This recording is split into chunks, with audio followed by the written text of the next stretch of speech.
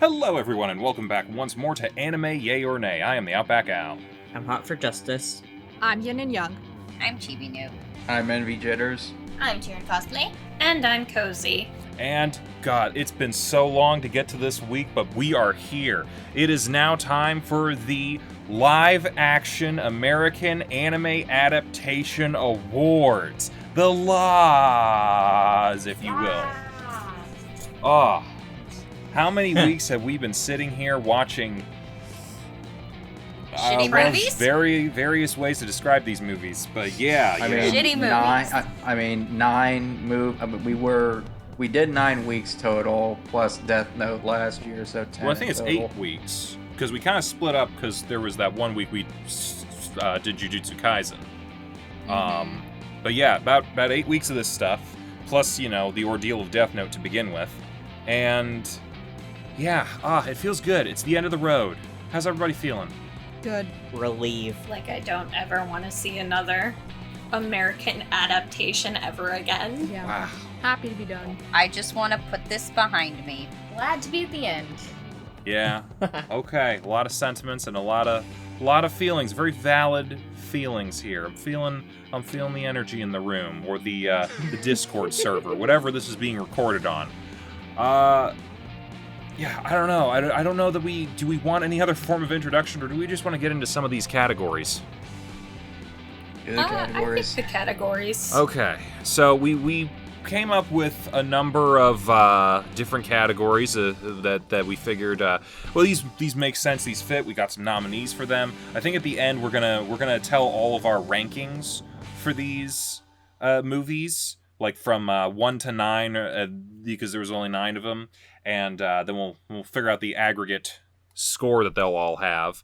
But let's see here. What would be a good thing to start with? Maybe renaming all the movies that we watched as a reminder. Oh, yeah, I guess that would be a good intro. So we started off with The Guyver, which was the first one that we watched because it was chronologically the first one that came out. It came out in 1991. It starred some people, including Mark Hamill and a bunch of other people who I don't know really went on to do anything. And was based on Bio Booster Guyver, and ended up kind of turning into a Power Rangers episode with some bug people. Then we watched Fist of the North Star, based on Fist of the North Star, strangely enough. Came out in 1995 and had a bunch of people that I recognized and did not expect to find in a Fist of the North Star thing, with a bunch of exploding heads and apocalyptic wastelands and very 90s in a very different way from the Guyver kind of fight scenes and stuff. Then there was a big gap in the anime adaptation world, because after that came Speed Racer, the psychedelic Spy Kids racing movie based on the property from the 60s, Speed Racer, with John Goodman and all the other gang in tow, where I think we decided it was the best thing that described it was more than you'd expect. You could use any element of that movie. It's more than you expect. Then, we had hit our low point in our lives when we either watched for the first time or rewatched Dragon Ball Evolution. I'll say no more. After that was Old Boy, with Josh Brolin giving a hell of a performance as a man who was imprisoned for 20 years and then eventually does some unspeakable things that bear not speaking. So, after that, Edge of Tomorrow, Groundhog Day with sci-fi alien action and Tom Cruise. It's pretty on the nose there. I think it works. What was after that? Ghost in the Shell.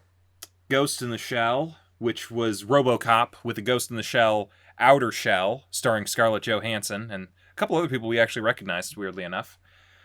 So at the same year, we should mention before, we did watch Death Note before all of this, but Death Note came out at the same year, I think, as Ghost in the Shell, which was the American adaptation of Death Note, was just, Death Note, but just not Death Note. Yeah. And then Death Note, but less than you'd expect. yes, less than you'd expect. It's like, do you guys ever, yeah. And then, finally, last week we watched Alita Battle Angel from 2019, where it was basically Ghost in the Shell, but entertaining. And, added a bunch of other, roller derby Ergo Proxy, Hunger Games type stuff.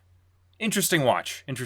All together, this was an interesting sort of plethora of different kinds of movies, different, not just in like the sense of like characters and stories, but also quality, varying quality among all these Peaks and movies. valleys, Yeah, you could say. kind of like it was like some of it. Sometimes it was like a stock market in free fall. Other times it Mostly was valleys. honestly, you know what? As far as like ups and downs, it's almost like a heartbeat monitor a little bit. It's like just someone going into cardiac arrest. If you ever see a heartbeat monitor for that, craziness.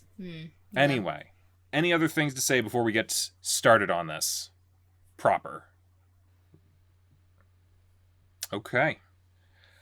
So we're gonna go through these categories. We're gonna have a couple nominees, and we're all gonna just vote and see who ends up getting it at the end. Should be pretty simple, pretty straightforward, I think, for the most part. We nominated some stuff beforehand, so let's see. I don't know if like we want to like start with the bigger ones or the smaller ones. Like I don't think any of these are really like small, but how about just something simple like best production design? I think we had Fist of the North Star, Speed Racer, Old Boy, and Alita Battle Angel. So what do you guys? How do we want to do this? Do we want to vote on this like we do with the intro stuff, like we did with Shonen Showdown? Sure. Okay. I'm realizing two of you weren't here for the Shonen Showdown, so basically we're just going to go in the order that we introduce ourselves in the intro as far as our turning in our votes. So that should be pretty simple. Okay, production design. I think I'm gonna go with Alita. I think it had probably the best combination of like, computer generated effects and actual set design stuff. I think a lot of these other ones had like some good stuff, but like this one was kind of combining the best of both of them. And so that's Alita. Okay, I guess I'd be next. Well, I've only seen like 2 of the ones nominated. Mm-hmm. I've only seen Speed Racer and Old Boy. Okay. So I guess like, it's like production design. What exactly are we talking here, film majors? The visuals, the things that you're seeing in the scene, sets or visual effects to create sets nowadays is has to kind of also be included there. Just the general look and feel of the film. Look and feel of the film. I guess like Old Boy had some pretty realistic looking like sets. Like I could actually believe he was in like a hotel like for most of the movie, and then same with like when he was like out in the streets when he like got out. Like I think they did a pretty good job portraying that he was like out running around looking for these people.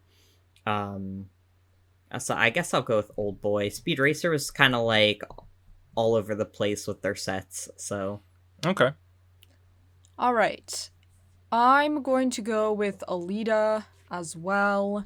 I think even though I didn't really like her face, I think the backgrounds, the scenery was really good. I like the way they designed that. I liked the designs for the majority of the robots. I thought they were really good.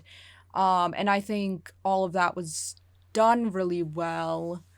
And I liked the tone that it had going in terms of the general look of it. So I think overall, I liked that one the best. So I will also give it to Alita as well. Mostly just for the fact that like it definitely like went with where like it needed to go, like setting wise. I'm not gonna rehash what everyone said, but yeah, I think a lot of character design and everything was pretty good. I will say for some of the other ones, I didn't watch Fist of the North Star, but for Speed Racer and Old Boy, Speed Racer kind of like had a specific look it was going for. And granted, I think it kind of paled in comparison to where it potentially could have been had they used more practical sets instead of CG, green screen for everything. And Old Boy, as far as its production design was concerned, I thought it was an interesting sort of setup with like how they did production for a lot of it, because a lot of it was shown in like, you know, you're walking through the scene as they're telling the story kind of stuff, which is I guess a cool avenue to sort of like go about producing the scene. But I feel as far as like how it is in telling the story, it's also like a little jarring, a little confusing, which I guess that whole experience watching that movie kind of is. So, yeah. I would say out of the 4 nominees, I'd pick Alita as well. I mean, I think Old Boy had some good production as well, but yeah, I think generally speaking, even with the heavy use of CGI at times, I think Robert Rodriguez and James Cameron wanted to get the look and feel down to the universe, and I think they did really well. Although, if I'm being honest, I think my favorite production design out of all 9 movies was Edge of Tomorrow, but I would say for the 4 nominees, I'd pick Alita. I think I'm also going to give it to Alita. It was the only one that didn't hurt to look at. And I think with Old Boy, they wanted that. It was supposed to kind of make you feel icky. Yeah. So I guess That's fair. they achieved that, but, like, I don't have to like them for it. I don't know what one I would pick out of the two, honestly. Like, I feel like technically, like, how Old Boy was done was, like, perfectly. Like, what they had, they executed it very, very well. It was just bad plot-wise. I mean, this isn't really a plot category. Yeah. And Aelita also, like, their effects were very well done. And they did have, like, a lot more scenery. So the fact that they nailed that on top of it, I don't know. I don't know which one I would pick out of the two. Do you want to abstain? Because I think it's pretty much going in Alita's favor at this point. Yeah. Okay, so Alita wins for best production design. Fairly easy to say. I mean, it's a pretty modern. It's like the most recent one, so I would hope that they would look pretty good. That kind of transitions us into another category for best visual effects, and this is just like CG stuff like that, or you know, any kind of special effects. Really, I think I would put this under. So Yeah, practical effects as well. Yeah. Which actually, there's a couple like repeat nominees here. We nominated Fist of the North Star, Ghost in the Shell, Death Note, and Alita Battle Angel. So I went first last time. So Gav, you want to go up? Well, I've only seen 2 of these as well. I feel like it's very hard. Pull your weight, man. I know, I'm sorry, I missed a lot of movies. Ghost in the Shell versus Death Note. Oh boy.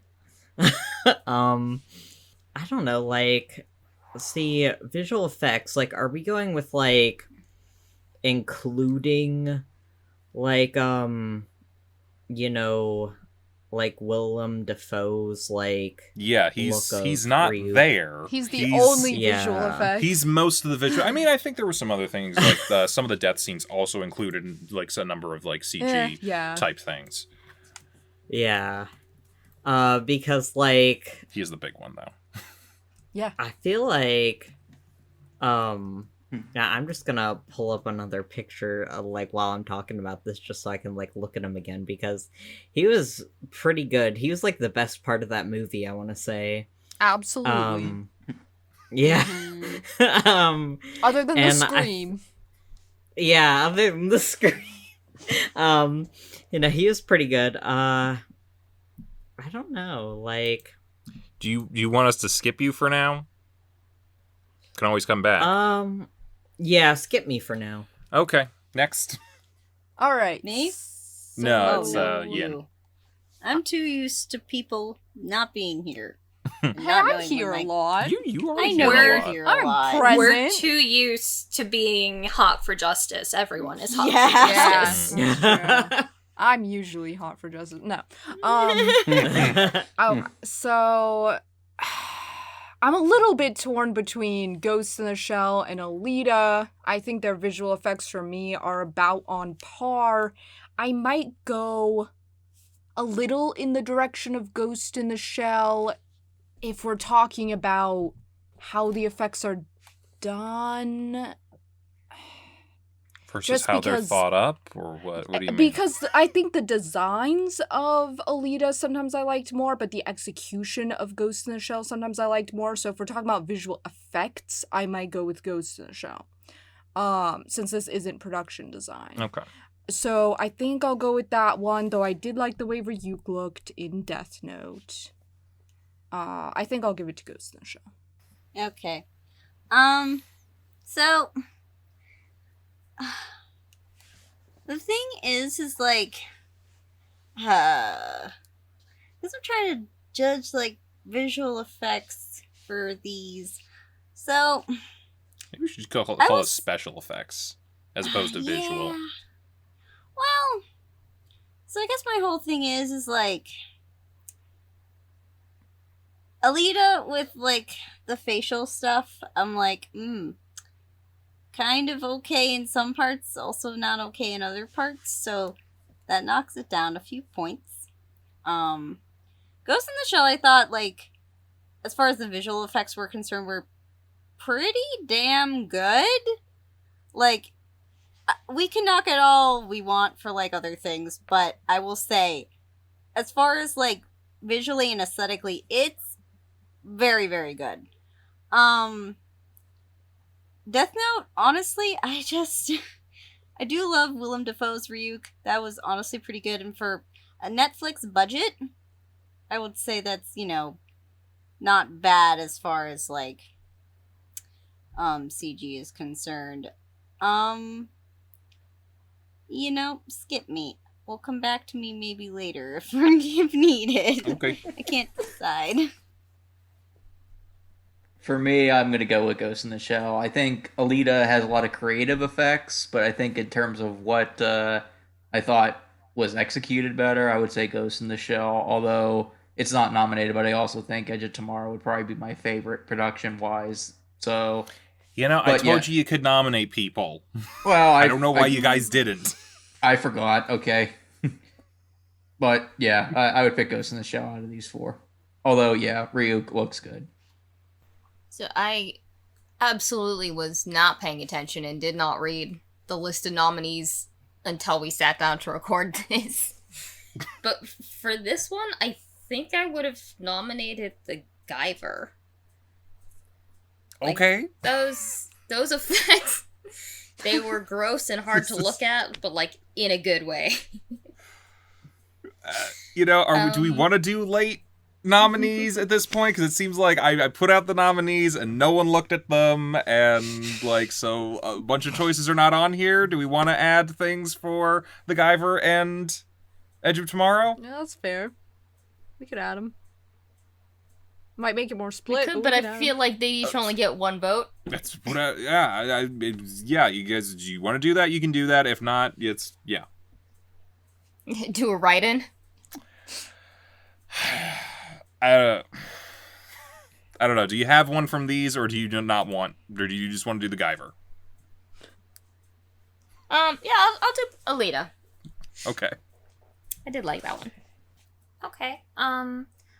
I'm actually gonna vote for Death Note. I feel like Alita and Ghost in the Shell had good visual effects, but they also were allowed to get away with a lot more stuff because we had a very high suspension of disbelief. So even if something looked really funny, like, we gave it grace. Death Note, Ryuk fit perfectly into the setting. He was never jarring to look at. Like, it wasn't very questionable, and also, like, their like, settings and stuff, like, how they had that was all pretty top tier. Okay, wraps around to me. So I want to give points to practical effects, and I want to give points to the ones that I feel like had the most fun with their practical effects. I'm gonna go with Fist of the North Star, simply for the exploding heads and the partially about to explode heads with the bubbling skull thing. That really did something for me. I really enjoyed that, so I'm gonna give a point to that. We wrap back around to Yeah. our abstainees, you guys can still abstain if you want, or you can go for a vote if you feel like it. You know, I think that a lot of people forget about, like, the ending of Death Note because it's, like... Oh, that is true. Because it's completely different from how actual Death Note is.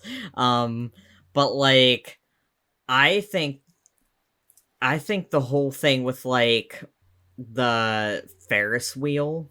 Ooh, yeah. The Ferris Those- wheel was so pretty. Yeah, that was... Those effects, like, that they had during, like, that whole scene were really good, too, as well as, like, you know, what everyone's been saying with Ryuk and, like, you know, him and all that. But also, like, the scenes where it was, like, raining a lot, like, I don't know, like, the lighting that they did, maybe that's production design, but, like, I don't know, you know, film talk.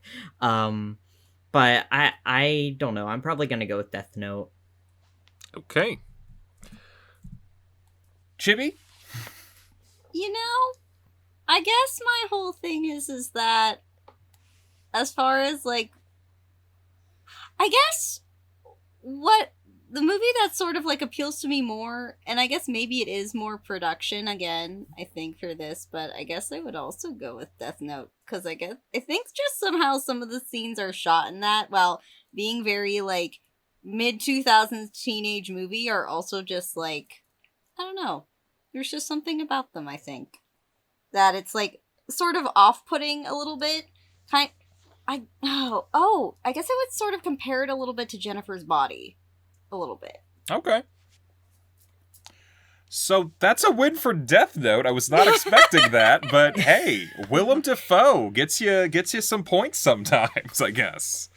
I gotta be totally It honest was with you, really- to be honest, Gav, you were talking about the finale with the Ferris wheel. I really wasn't paying attention to the effects because I was laughing so hard at the ending, but I'll take your word for it.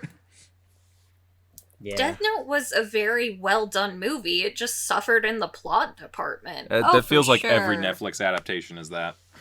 Yeah. So we talked about some of the best visual effects. How about some of the worst? I only have 2 nominees here: Speed Racer and Dragon Ball Evolution. Are there any other nominees before we get started? No.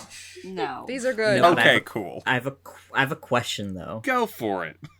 Are we talking about the best worst visual effects or the worst visual effects? You know what? You interpret that how you want. Because I'll be honest with you, there's this weird sort of scale for liking something where it's like you could like something for good reasons because it's good, and you can like something because it's bad that it's good, and then there's stuff that's bad that it's bad, or it's stuff that's like whatever. It's a weird sort of thing. It's like the worse a movie can be, the more enjoyment you can get out of it sometimes. It's a weird U-curve kind of looking thing. I don't know if I'm going to have a visual representation for that, but yeah. So if worst for you also means best, I don't know. Maybe you should have nominated them in the last category.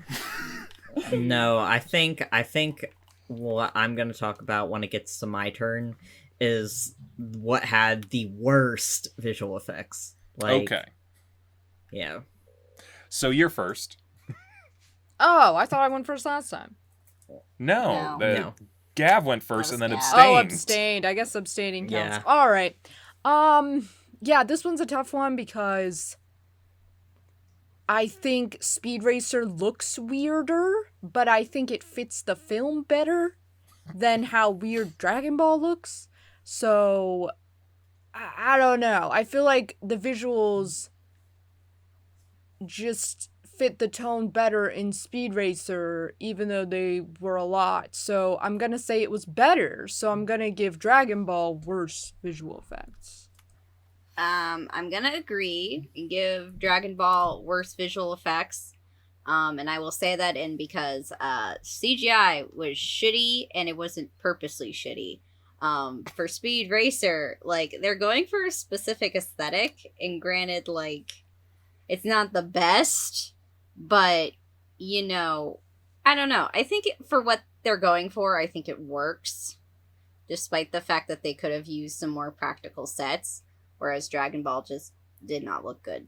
So My choice is pretty simple. Yes, Speed Racer, you're either hit or miss with the visual effects, but at least there was effort put into them. At least there was a style. Dragon Ball Evolution, a few somewhat decent effects, but otherwise mostly uninspired. And if you're lazy, then you get the point for me for worse visual effects. Yeah, I'm gonna agree for basically all the same reasons. I'm actually gonna be contrarian. I'm gonna say Speed Racer for this one. Visually, it was a fucking mess, and you can call it stylistic all you want, but visually it was unappealing. And I don't think anyone can argue about that. No, I'd you're argue right. about that. I'd argue about that. I actually liked a lot of the visuals in Speed Racer, even though in my mind I'm like, wow, this is like, just a couple steps above MS Paint sometimes. And, some scenes actually might have induced epilepsy in some people, but at the same time, very entertaining versus that fucking CGI monkey. I hate that CGI monkey. Gav? Yeah, I think that Dragon Ball Evolution had the worst visual effects, personally. So Okay, yeah, that's almost unanimous. Dragon Ball Evolution wins worst visual effects. Let's move on beyond some of the visuals and start to look at some of these other things. I got a couple like funny categories and other like little more serious categories. So maybe we can like switch over to like let's look at some of the performances, because it can be like something that like really the plot can kind of hinge a little bit on. I'm gonna go with, why don't we start with the best lead performance? I really only have 2 nominees here. Add more if you want, I guess, because it's only 2 nominees. I have Josh Brolin from Oldboy and Tom Cruise from Edge of Tomorrow. Chibi, I think you're first. So write in if you want to write in, or go for a vote. So, as I don't really have like any other sort of like really outstanding performances that I can really think of off the top of my head right now. I mean, I don't really know exactly. Like, I mean, Tom Cruise is Tom Cruise. And the thing with Josh Brolin's character in Oldboy, I think for me, it kind of boils down to, like, I feel like the fact of the matter is like, they made him an unlikable character. And I feel like that kind of got brought out in the performance, maybe a little bit.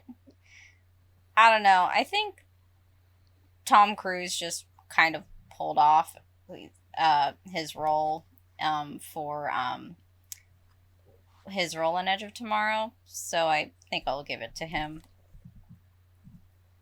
For me, this is easy. Out of all the 9 leads that we saw in the 9 movies, Josh Brolin was easily my favorite. Like, say what you will about the movie, but I think he acted his ass off and gave his all to that performance, and he was easily my favorite part of the movie, and why I was somewhat, I don't want to say favorable, but I was like somewhat mixed on it by the end of the movie, because I think given what he was told to do, I think he was the best actor. And yeah, Tom Cruise is obviously great, but again, he was kind of, I mean, what's different about this Tom Cruise role from his other Tom Cruise roles? So I think Josh Brolin definitely carried the film that he was in, and that's why he's got my vote.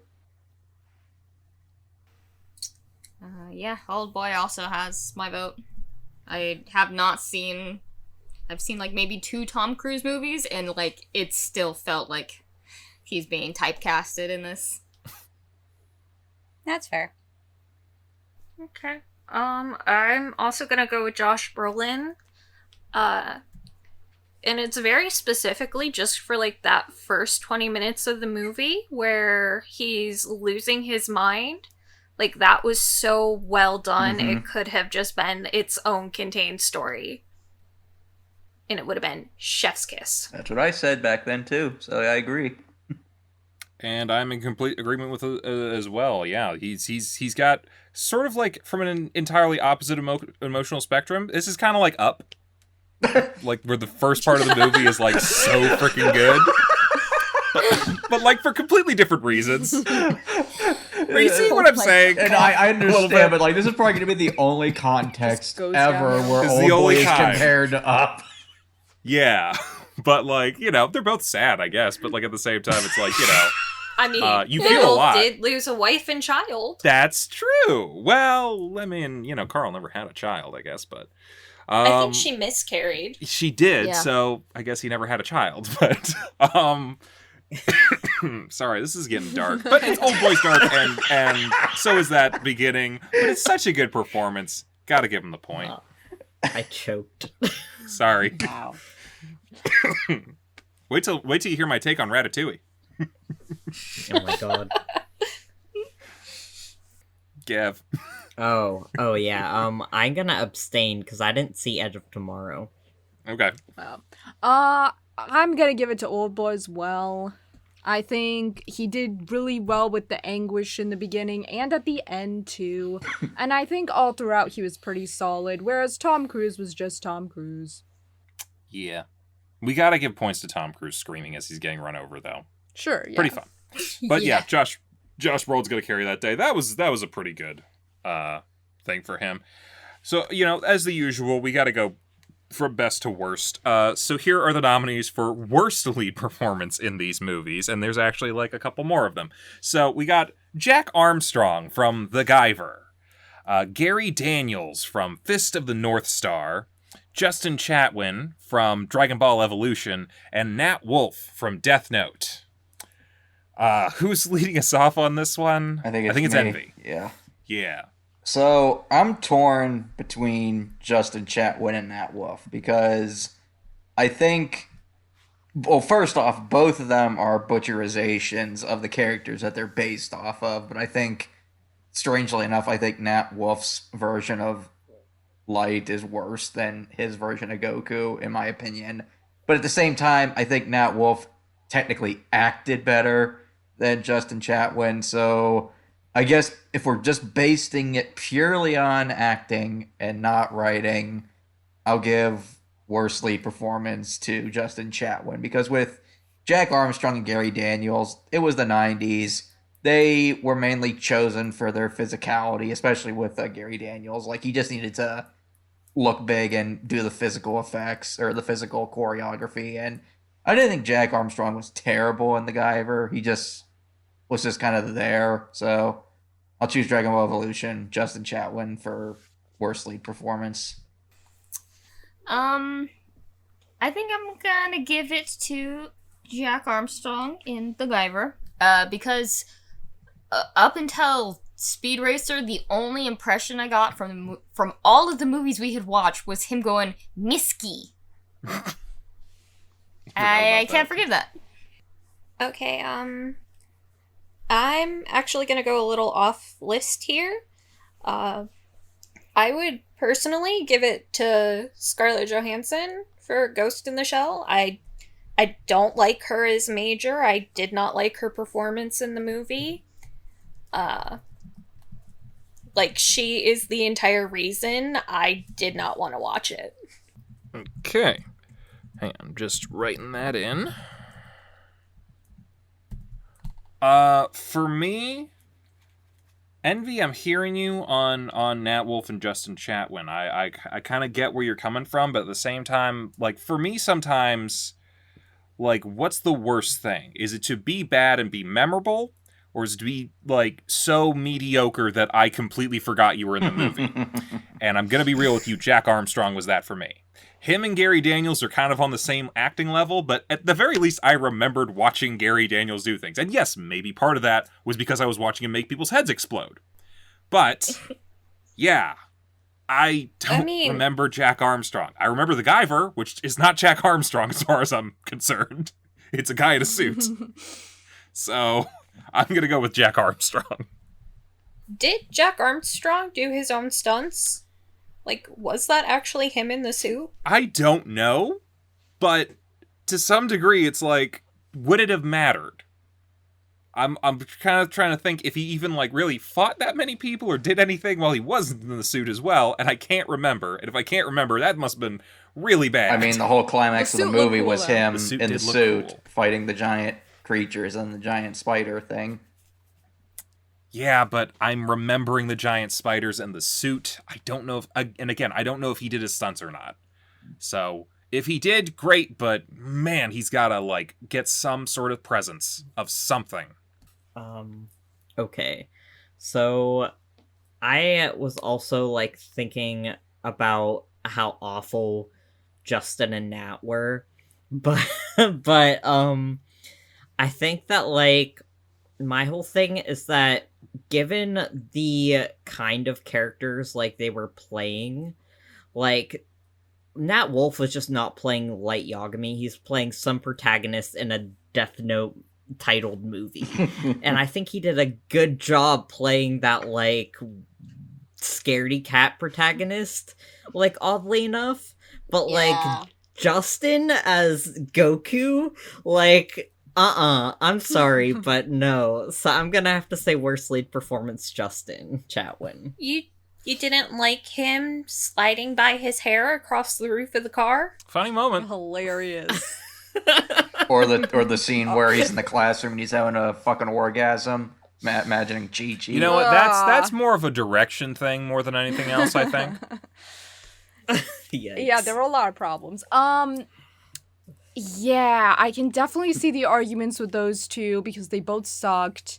But at the same time, I do think that they acted fine for what they were given because they weren't really given Goku or Light.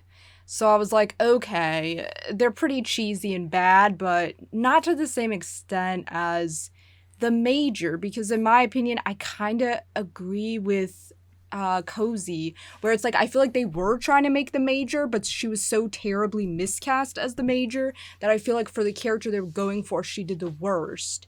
Whereas, like, I can see what they were going for with the other people, and it just wasn't the original characters.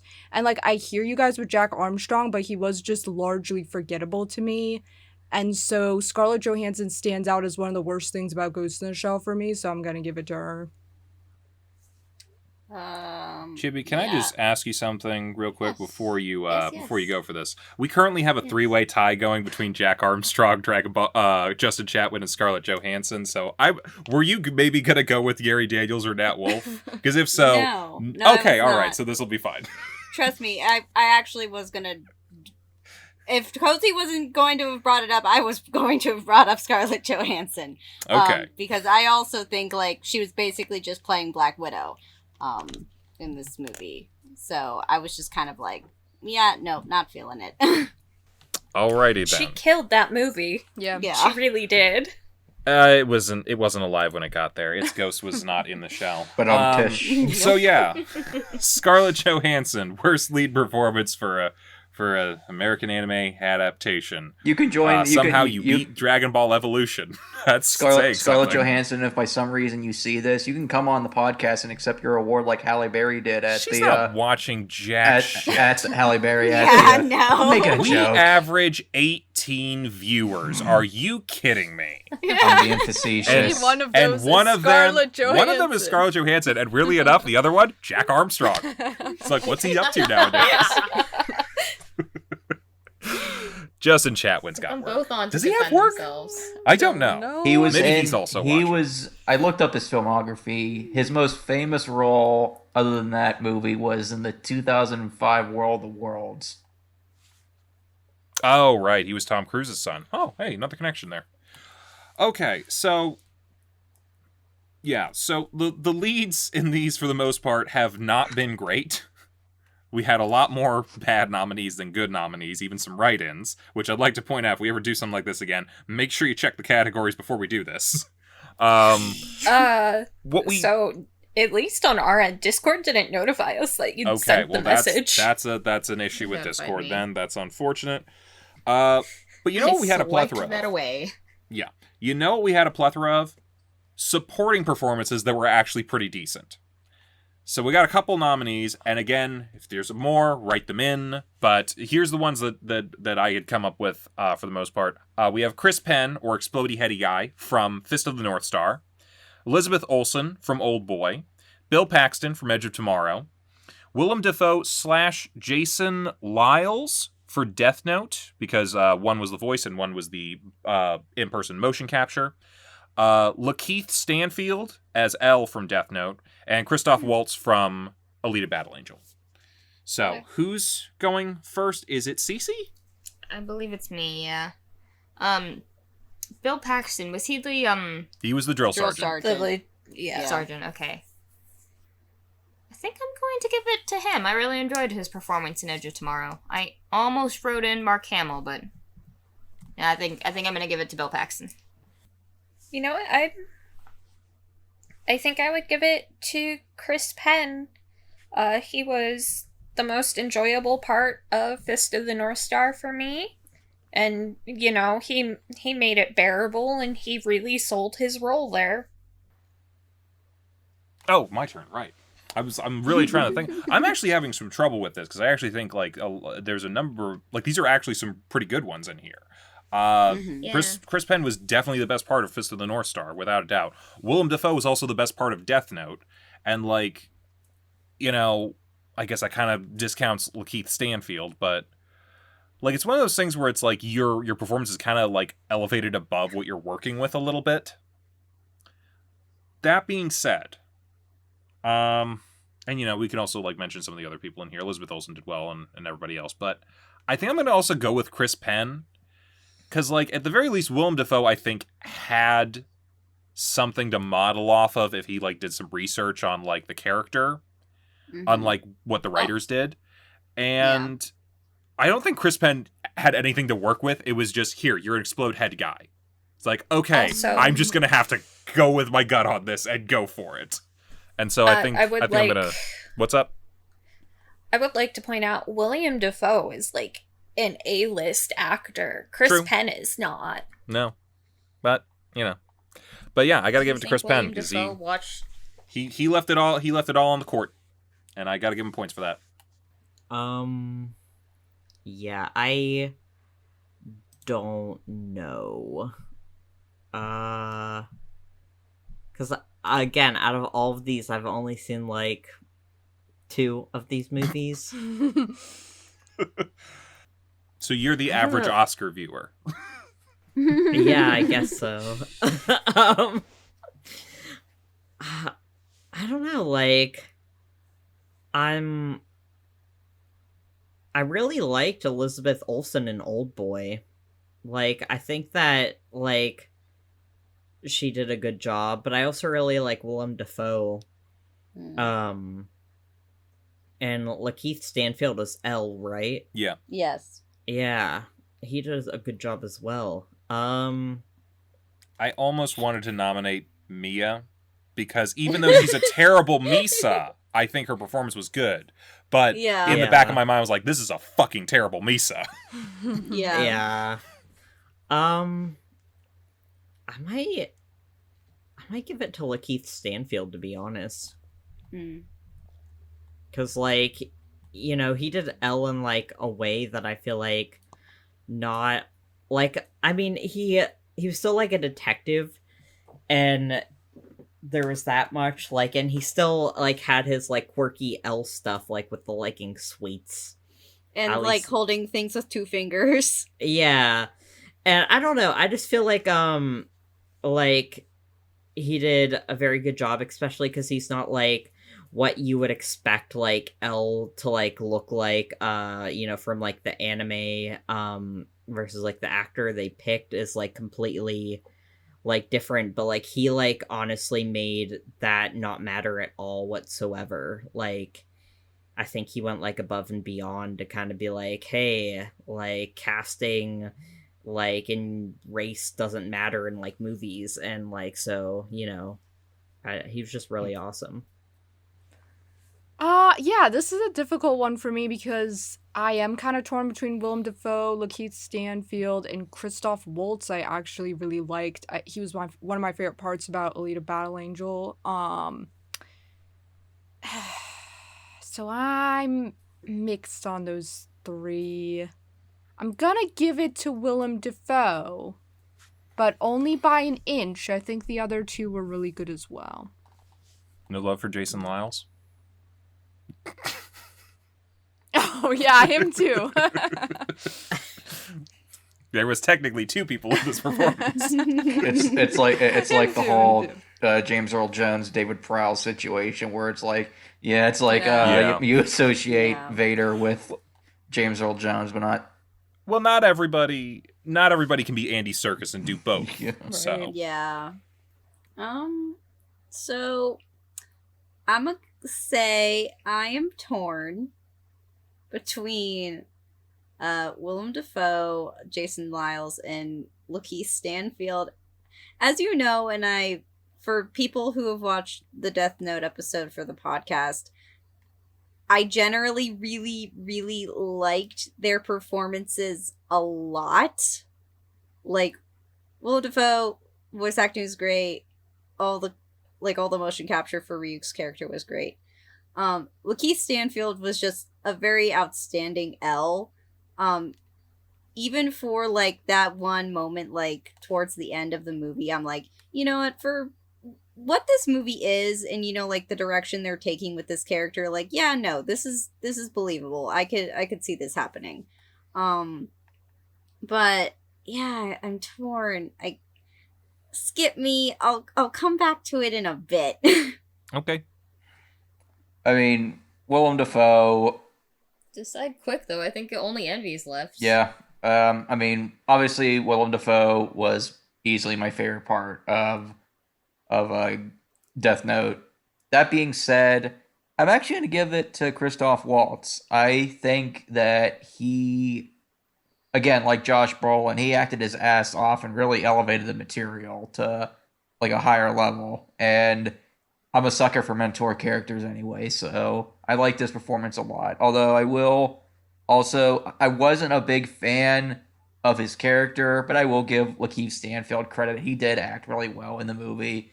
But yeah, and also Chris Penn was an entertaining villain as well. But yeah, I'm going to give it to Christoph Waltz. Chibi, you back for any more? Where was are we very standing short- as far as numbers are concerned? So Chris Penn has 2. Elizabeth Olsen has nothing. Bill Paxton has 1, and everybody else just has 1. So Bill Paxton, Willem Dafoe, Lakeith Stanfield, and Christoph Waltz all have 1. This is a very split category. Yeah. Yeah, there's I lots of can good tell. options. Yeah, I think. Ooh, I think we're gonna give it to Lakeith Stanfield, honestly. So, yeah. Okay, so Lakeith Stanfield and Chris Penn are both tied at 2. Does anyone want to change Yeah. their vote to switch it up, or are we just going to give them a double award? You know what?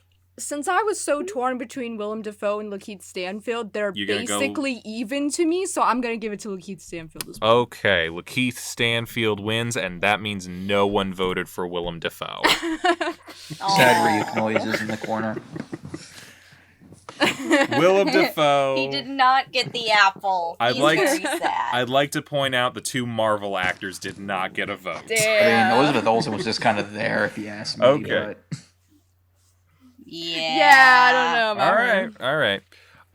So yeah, best supporting performance goes to Lakeith Stanfield for Death Note. I was not expecting Death Note to come out with Hey, a he couple did wins really today. well, though. but- Yeah, I will say, like, the writing was not good, but everyone acted their asses off. Yeah. Right.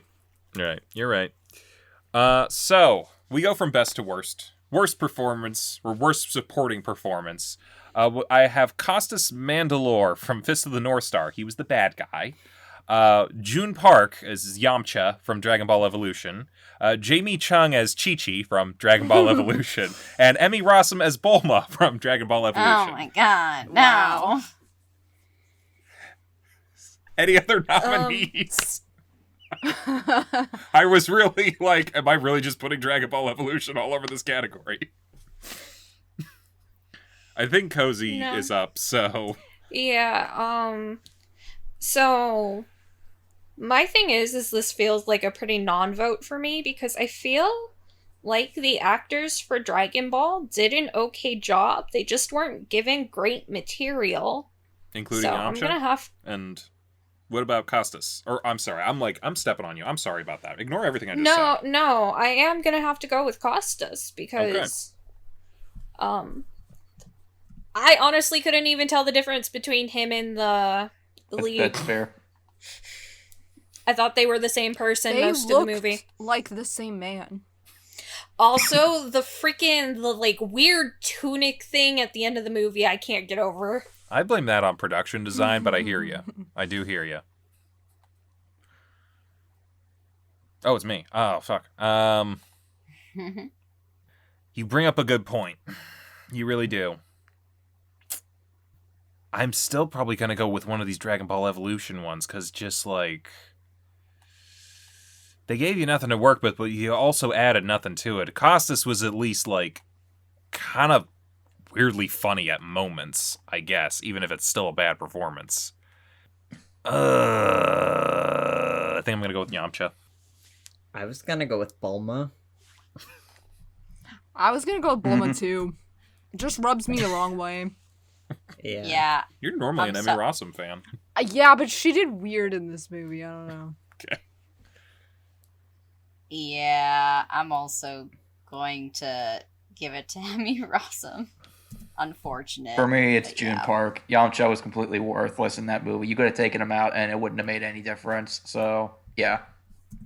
That's Yamcha's actual character, though. Yeah, but... Oh, maybe it's the best performance. Yeah, was it his fault, really? There's so many people you could blame for that movie. Yeah.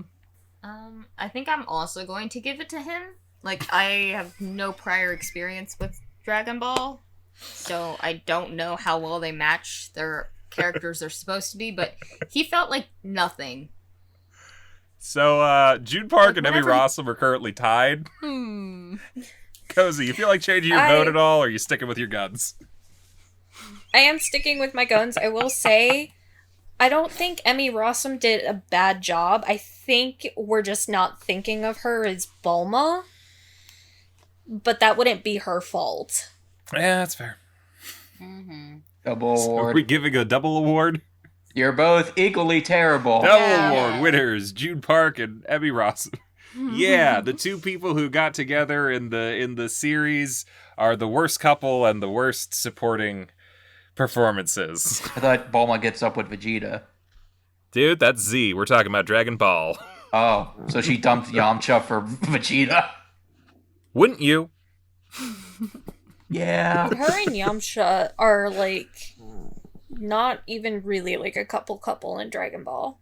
Yeah. They flirt, but that's about it. Okay, so we got a couple other awards coming up.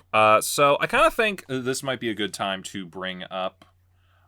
This is a stolen category. If anyone watches the Rewatchables or listens to the Rewatchables, a podcast, they have the Joey Pants Award for the best that guy. And I feel like because I had to explain it to every single one of you, I'm going to have to explain it to the audience as well. There is an actor by the name of Joe Pantoliano who you don't know his name, but you know his face and you've seen him in a bunch of stuff. And every time you see him, you're like, oh, that guy. And so thus the Joey Pants Award for best that guy in a movie. So yeah, these are a bunch of people who we recognized, but we just didn't know their names, or we were like, oh, they're from that thing, or they're whatever. So we have a couple nominees here, and if there's any more, again, write them in. But these are the ones that I saw. So we have Michael Berryman from The Guyver. He was the lead henchman, the bald guy, and I remember him from One Flew Over the Cuckoo's Nest and a couple other horror films. We have Chris Penn from Fist of the North Star, who he's been in Tarantino movies and he's worked with a bunch of people, but he just never got that same fame as his brother Sean Penn. Clint Howard from Fist of the North Star. You might remember him as the guy on the motorcycle shooting people with a revolver. He's Ron Howard's brother and has cameoed in every single one of his movies, I think, and a bunch of Adam Sandler stuff. Dante Bosco, who people might not always recognize, but you should know that he's Zuko and Rufio and some other people. Jake Long. Yeah, Jake Long, too. You'll definitely know his voice. Come on, that comes second after Zuko. Yeah. Charlton Copley from Old Boy. He was the villain. And we should say Dante Bosco was, what was his name? Rat? He was the guy following him around the whole time. Charlton Copley from Bat. Bat is a rat with wings. So he's a flying rat. Charlton Copley was the bad guy in Old Boy. He was also in Oscar-nominated District 9, Hardcore Henry, and The A-Team. two. Oh, also what was that one? It was about the arms dealers or something. The cannibal was in it. Oh. I think it was called Free Fire or something like that. Yeah. Yeah. Something like that. Also from Oldboy, we have Michael Imperioli, who you guys won't know because I don't think any of you watched The Sopranos, but that's Christopher from The Sopranos. I was like, Christopher, what are you doing here? We also have Takeshi Kitano from Ghost in the Shell. He was the Section 9 chief, and he's also the guy from Takeshi's Castle and Battle Royale, among a number of other things. He also made like a video game, I think, back in the 80s or something like that. He kind of tried to do it all. He's an interesting guy, if you ever look him up. And we also have Ed Screen from Alita Battle Angel. You all know him as Francis. So. Francis. You skipped Malcolm McDowell. We took him off. Malcolm McDowell is Malcolm McDowell. I generally feel like enough people know him at this point. Okay. So, yeah, at a certain point when like people actually do start to know your name, it's like, yeah, you don't get to be that guy. You're you. And none of these people are them. They are that guys. So, am I up first? Mm-hmm. Yes. Okay.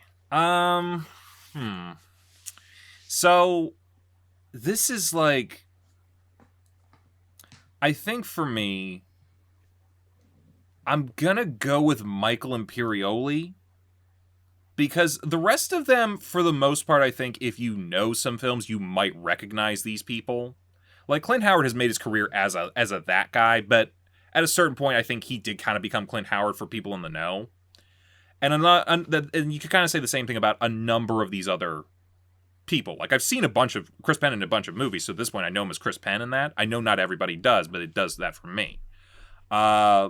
Even Ed Screen, I know that he was like that one guy in Game of Thrones for like 3 scenes or something. But Michael Imperioli, I have never seen anywhere else but in The Sopranos. So, like, to me, that's Christopher. And I definitely stopped the movie. I was like, is that Christopher? But then is he that guy if he doesn't show up in a lot of things? That's kind of part of it. I only know him for one thing. He's that guy. And I genuinely did not know his name. I had to look him up because, like, as soon as we were watching the movie and he showed up, I'm like, Christopher? Who is that? Versus everyone else, I did know almost completely by name. I think the only other person who I might not have automatically known was Michael Berryman. I knew but I know I recognized him as well. But I knew him from a couple different roles versus I only know Michael Imperioli as Christopher. So we're looking in this category for the most, like, elusive person. That's how I'm going with it. Okay. That's to me that I'm like trying to find what is that guy. It's the person where you're like, oh, that guy from that thing. So that may differ for some of you guys depending on how much you've seen. So that's how I'm going with it. I'm going with Michael Imperioli from Oldboy. Well, the only person that I really, like, know, but, like, would have, like, didn't know his name, like, recognized but didn't know his name was, Takeshi Kitano. Okay. So, I guess I'd have to go with him. Yeah, I guess I'm torn between Takeshi Kitano and Sharito Copley. I think it's actually an L. It's Charlto. Charlto? It's weird. Okay, Charlto Copley. Because I did recognize both of them, but yeah, I didn't know their names. So, I'm realizing my vote means nothing because no one else has seen The Sopranos. Yeah, I don't know that one. You know what? Because I've seen Charlto Copley in more things, and that's how I think of that guy, somebody that I've seen in various things, and I'm like, oh, it's that guy again. I guess I'll give it to him just because I've seen him more. I'm gonna abstain because I don't watch enough movies to know who any of these people are. So they're all that guys. Aside from Dante Bosco. So is that that guy? I mean, he's the only one I know, but I did not watch Fist of the North Star. Oh, that's a good point. I feel like I actually know Dante Bosco's name, though. Is he really somebody where people forget his name? See, I mean, if you know him, you know him. I'm almost wondering if he's like the opposite. I feel like people know his name but not his face. So he's almost Yeah, an because he's a opposite voice that actor, guy. yeah. Huh. So it's like if you see him in live guy action, you're that, like, if I you don't will. know, but Should we drop Dante Bosco off this?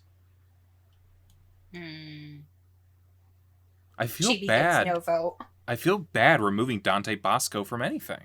it's because people know him, which should be a You know what? compliment. You're right. It's yeah.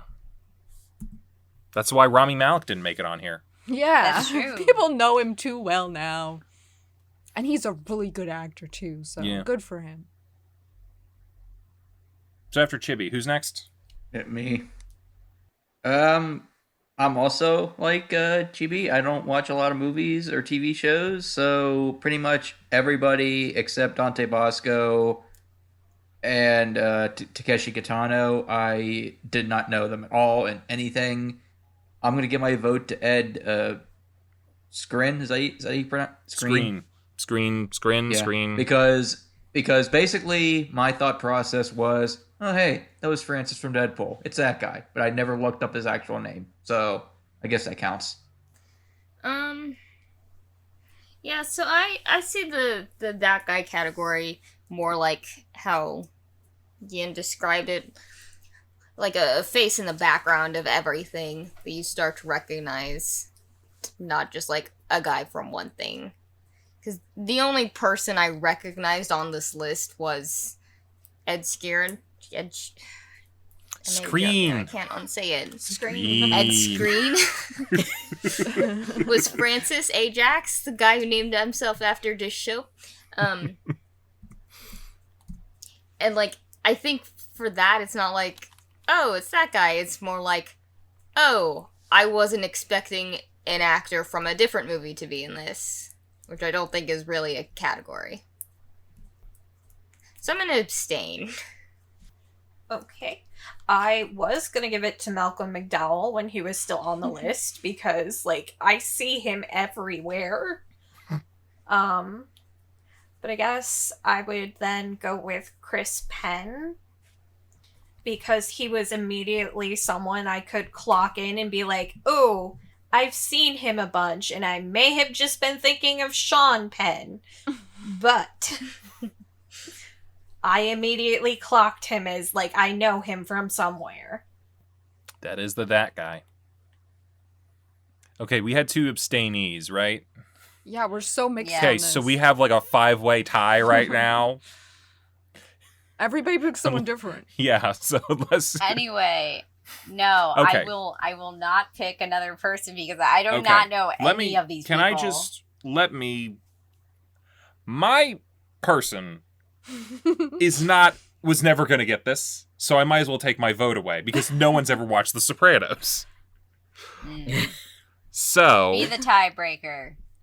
I will take my vote away from Michael Imperioli. I will take my vote away from Christopher. And I think, yeah, probably going to be Chris Penn. I was almost like, I'm going to give it to Clint Howard. Because I've seen him in a bunch of stuff, and he's a that guy. But yeah, as far as this goes, yeah, probably Chris Penn. Because he's not just a that guy, he's a really good that guy. He Like, really is. When he was working, he was a really good, like, supporting cast to bring into your movie to kind of elevate it a little bit.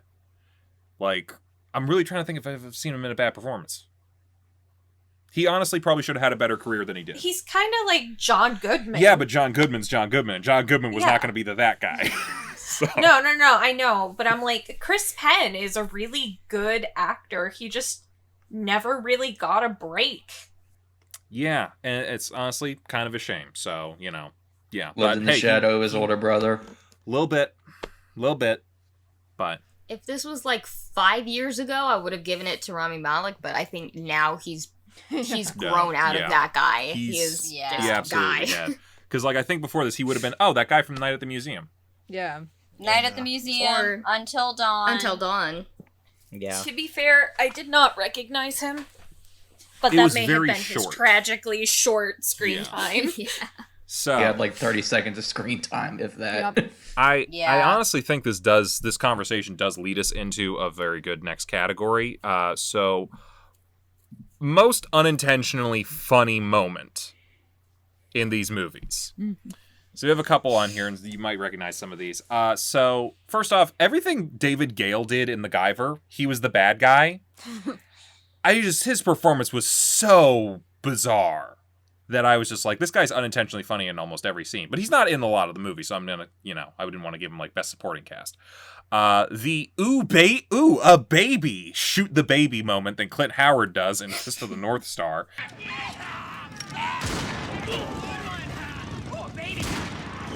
Yes, he shoots a baby. I'm convinced of this. I don't have to go back and look. I still think that's wrong. I think he just said, ooh, baby. One way or another, one of the funniest line reads I've ever heard.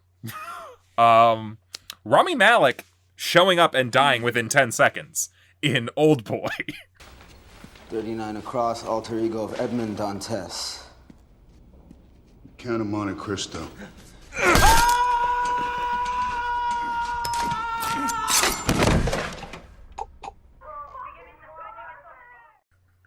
Also from Old Boy, Father. That whole scene. Father. Oh, Jesus. And finally, Pump the shotgun. Yes. And finally, light screaming in Death Note. Ah, yes. That.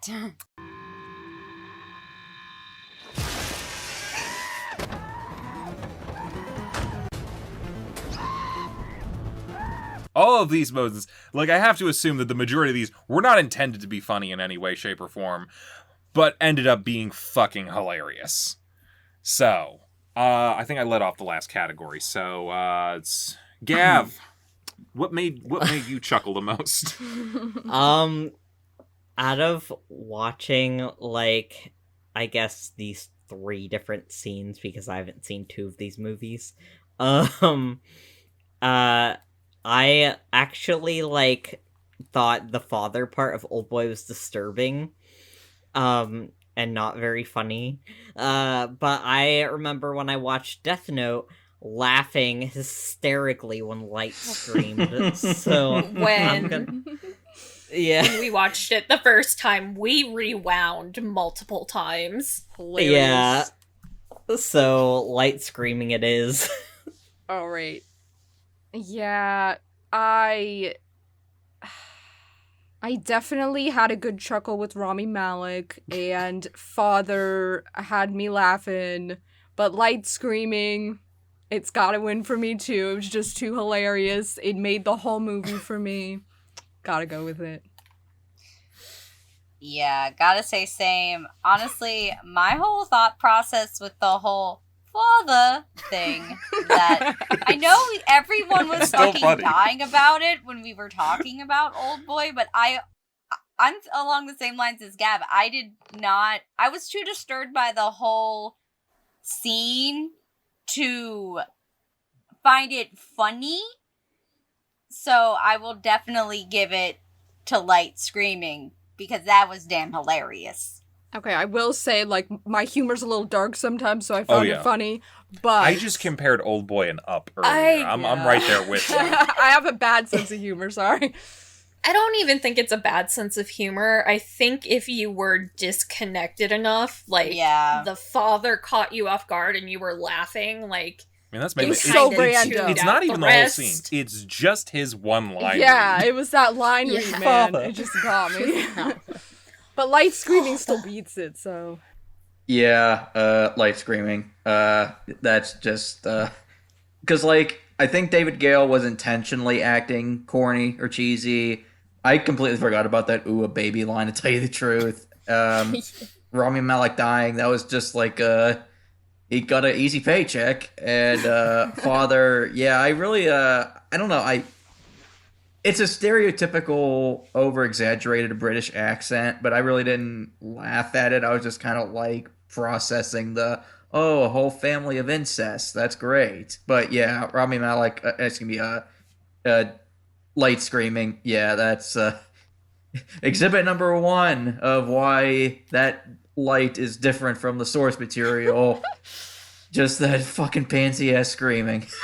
So, yeah, the screaming. I did not see Death Note, so I'm probably going to be the only one that doesn't vote for the infamous Light scream. I'm going to give it to Father. Father. I'm also gonna give it to Light Screaming, and that is purely on rewatchability. Like, I really enjoyed and got a huge laugh out of the father thing, and I will joke about it for a long time to come. But I think if I watched the scene again, it would not get the same reaction out of me, whereas the light scream gets me every time. You guys all have a very good point. There is a pure. I genuinely am surprised that it didn't become a meme. Yeah. Light screaming like that. That's a perfect reaction So meme right good. there. And he did it like 3 different times in the same scene. Yeah, but that first one is so perfect. No, I really wanted to give it to another one. Like, ooh, a baby or something like that. I know you don't think that he said that. I am super convinced. That was definitely the funniest part of that. I think most of these are the funniest parts of those movies. Yeah. But you're right. The light screaming kind of makes the whole fucking movie. It's definitely the most rewatchable part. Father might be the funniest line in Old Boy, but at the same time, there's other parts that you could enjoy in Old Boy. There's nothing else to enjoy in Death Note. It's just light screaming. I need you to edit in a clip of that scream here. It's already there. You know it's already there. So Death Note, again, sweeping some of these awards. Light screaming wins most unintentionally funny moment.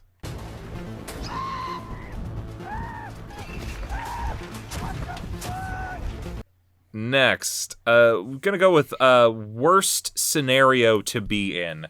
So these are scenarios from these movies that we think might be like the worst possible situation that we could find ourselves in. We have imprisonment/incest in Old Boy, turning into a slug in The Guyver, head exploding or partially exploding in Fist of the North Star, the person you love dies endlessly in Edge of Tomorrow, or just watching the movie again for Dragon Ball Evolution. I do have a question. Go for it. Is the imprisonment incest thing, is that including, like, the psychological torture that he went through? I mean, I think that goes with the imprisonment and the incest for the most part, because those are his psychological torture. Gotcha. So just the movie. Just the movie. Which movie do you least want to live in? We could almost change it to that. Which of these do you not want the most? Except Dragon Ball Evolution's meta. That one can stay meta. It deserves it. Sorry, how about instead of watching the movie, living the movie? I mean, living the movie is not as bad as watching it, to be honest. Yeah. Honestly, I kind of put it as a joke, but... Yeah, I can stay watching it. I was just laughing. Watching the movie again. All right, who's up? Who went first last time? I think it's Yin. Yeah. I'm up. Yeah, okay. Old Boy. That's it. I have nothing to say. I second that opinion. Just the name of it kind of just paints a picture, doesn't it? Yeah. We all know. I'm kind of torn on this one because turning into a slug and head exploding, they're instantaneous or near instantaneous. I mean, obviously Mark Hamill, he suffered a little bit. Yeah, but like that was like 20 seconds. Watching the movie again, 80 minutes. Okay, I've seen worse stuff for 80 minutes. But then I forgot about Edge of Tomorrow, and it's basically what Okabe went through in Steins Gate. Watching someone die or you dying over and over and over again, that'll definitely break a person. But then also having incest with your daughter, that would definitely be your soul would be your soul would need the deepest holy water you would ever see in your entire life. So you know what? Originally going into this round, I was gonna think Old Boy, but then the more I thought about it, yeah, watching somebody you care about die over and over again, not being able to stop it, I think that would be a worse form of hell. So I'm gonna go with Edge of Tomorrow. Envy, ever the romantic. I'm going with Old Boy. If you've seen it, you know. At least Yeah. Envy's not a romantic for Old Boy. I mean, that's a bad romance. I agree with Envy that Edge of Tomorrow is bad, but I would say that's more in like the stuck in a time loop kind of thing. Yeah. And like death can't help you escape it, but like Old Boy, he was tortured for like 20 straight years. Nah. Envy, I as well also think that you have quite a point there with the watching someone you love die endlessly, and I think that is awful. But one thing to note about Edge of Tomorrow, and more specifically your Steins Gate thing, they both end, and they both end happy. Old Boy don't end happy. No, nothing in Old Boy ends happy. Yeah, that is true. No. Believe me, I'm not saying you guys are wrong. You guys are totally 100% valid. I just had to. If they never got out of Edge of Tomorrow, I'd say there's like way more of a tie there for me. But yeah. I mean, you did say watching the person you love dies endlessly, so Well, that part of makes it it is- sound here's like the it thing. is endless. To me, in like this it's like scenario. part of it is like dependent on you to end it. It is kind of endless when you think about it. But like, there's times you can ignore it. just I- look the Let's other go on a way. vacation for a little bit. I don't You I can't don't ignore think you what you would. find out about yourself in I mean, Old I Boy. agree. I picked Old Boy for a reason, but still, I can see why Envy picked the Yeah. other one. Yeah, I think it would be more being stuck in the time loop. You wouldn't psychologically break the same way you would under torture. I feel like it's becoming a husk versus completely losing your fucking mind. Yeah. Like, I feel like at a certain point you just would become numb to it. Yeah. It's kind of like immortality. I mean, you kind of are immortal. Maybe the direct opposite. Gav, you got a vote? Old Boy. Old Boy? Okay, yeah. Yeah. So, yeah. Easy sweep. Worst possible scenario to be in? Just Old Boy. Yeah. Enough said. All right, I got one more here, unless you guys got some more down the line. So, some of these were not wonderful adaptations. So kind of wanted to ask, what's the biggest slap in the face to fans? We have remaking RoboCop, and I guess I can include whitewashing, with Ghost in the Shell, the characterizations of Light and Mia in Death Note, and the whole damn movie for Dragon Ball Evolution. I don't know who's starting this. I think Chibs is up. Me. Okay, so the thing is like a lot of these are like slaps in the face to fans, because like a lot of these are, well, all of these are not very faithful adaptations for varying reasons. Light and Mia, their characters are just way off. They should have just called them something completely different than the characters from the source material, simply because they were kind of just doing their own thing with it. Again, when I talk about Death Note, I almost get Jennifer's Body vibes, sort of, with like how it was like filmed stylistically. Like, it's just like sort of more like a darker, like sort of like supernatural horror-ish kind of like teen movie. Dragon Ball Evolution's just kind of just no. It's like you took like a mid-2000s like teen movie and just like turned it into like Dragon Ball by just slapping some of the names and some of the events from the series on there. It's like, okay. And then, yeah, remaking RoboCop. Honestly, I've never seen RoboCop, so I wouldn't have known had Al not said anything. And yeah, casting for the movie could have been done a bit better, obviously. But I'm kind of torn about all of this. You don't say. Yeah, a lot of these are just big slaps in the face. I mean, honestly, and I guess maybe this is just like based on more, I guess, what I would feel like would be like fans watching it.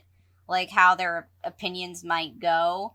Like, I know pretty much everyone hates the Death Note movie, and pretty much everyone hates Dragon Ball Evolution. But I feel like at least with Death Note, like, Light and Mia, like, they're not great, but also, like, for what the movie is, it kind of works. But Dragon Ball Evolution, it's just kind of like the whole damn movie's kind of a slap in the face to fans, because obviously they didn't they didn't really use the source material very well, so we're gonna go with that. Yeah, mine's pretty easy. When Dragon Ball Evolution is considered not only one of the worst anime adaptations, it's considered one of the worst adaptations, period.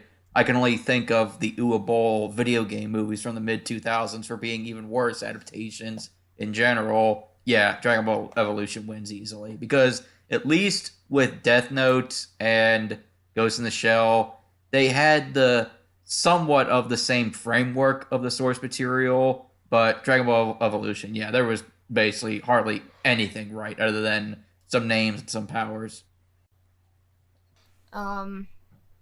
Of the three, the only one I was familiar with coming into this was the one that I did not watch, Death Note.